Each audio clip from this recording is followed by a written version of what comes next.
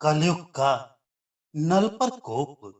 बृहदश्मुनि कहते हैं, राजन भीम कुमारी दमयंती द्वारा निषद नरेश नल का वरण हो जाने पर जब महातेजस्वी लोकपाल गण स्वर्गलोक को जा रहे थे, उस समय मार्ग में उन्होंने देखा कि कलयुग के साथ द्वापर आ रहा है।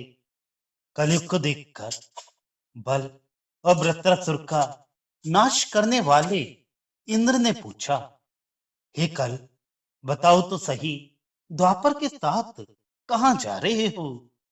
तब कली ने इंद्र से कहा, देवराज, मैं दमयंती के स्वयंवर में जाकर उसका वरण करूंगा, क्योंकि मेरा मन उसके प्रति आसक्त हो गया है।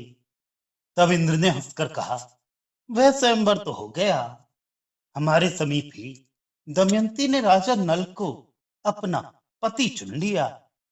इंद्र के ऐसा कहने पर कलयुग को क्रोध चढ़ाया और उसी समय उसने उन सब देवताओं को संबोधित करके ये बात कही, दमयंती ने देवताओं के बीच में मनुष्य का पति रूप में वर्ण किया है, अतः उसे बड़ा भारी दंड देना उचित प्रतीत होता है।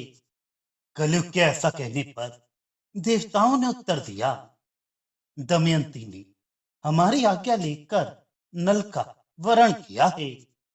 राजा नल सर्वगुण संपन्न है, कौन स्त्री उनका वरण नहीं करेगी?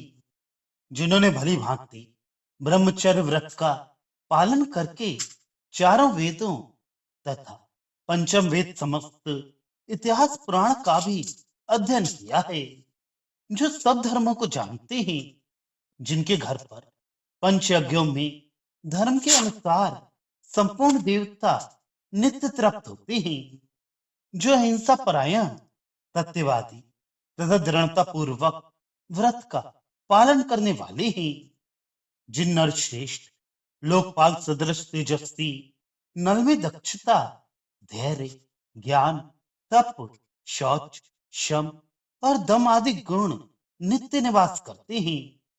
हे कले, ऐसे राजा नल को जो मूढ़ श्राप देने की इच्छा करता है, वे मानव अपने को ही श्राप देता है, अपने द्वारा अपना ही विनाश करता है।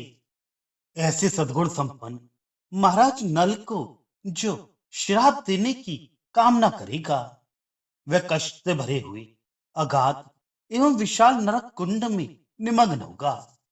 कलयुग और द्वापर से ऐसा कहकर देवता लोग स्वर्ग में चले गए। तदनंतर देवताओं के चले जाने पर कलयुग ने द्वापर से कहा, द्वापर, मैं अपने क्रोध का उपसंहार नहीं कर सकता, नल के भीतर निवास करूंगा और उन्हें राज्य से वंचित कर दूंगा, जिससे वे दमयंती से रमण नहीं कर सकेंगे। तुम्हें भी जुए के पासों में प्रवेश करके मेरी सहायता करनी चाहिए।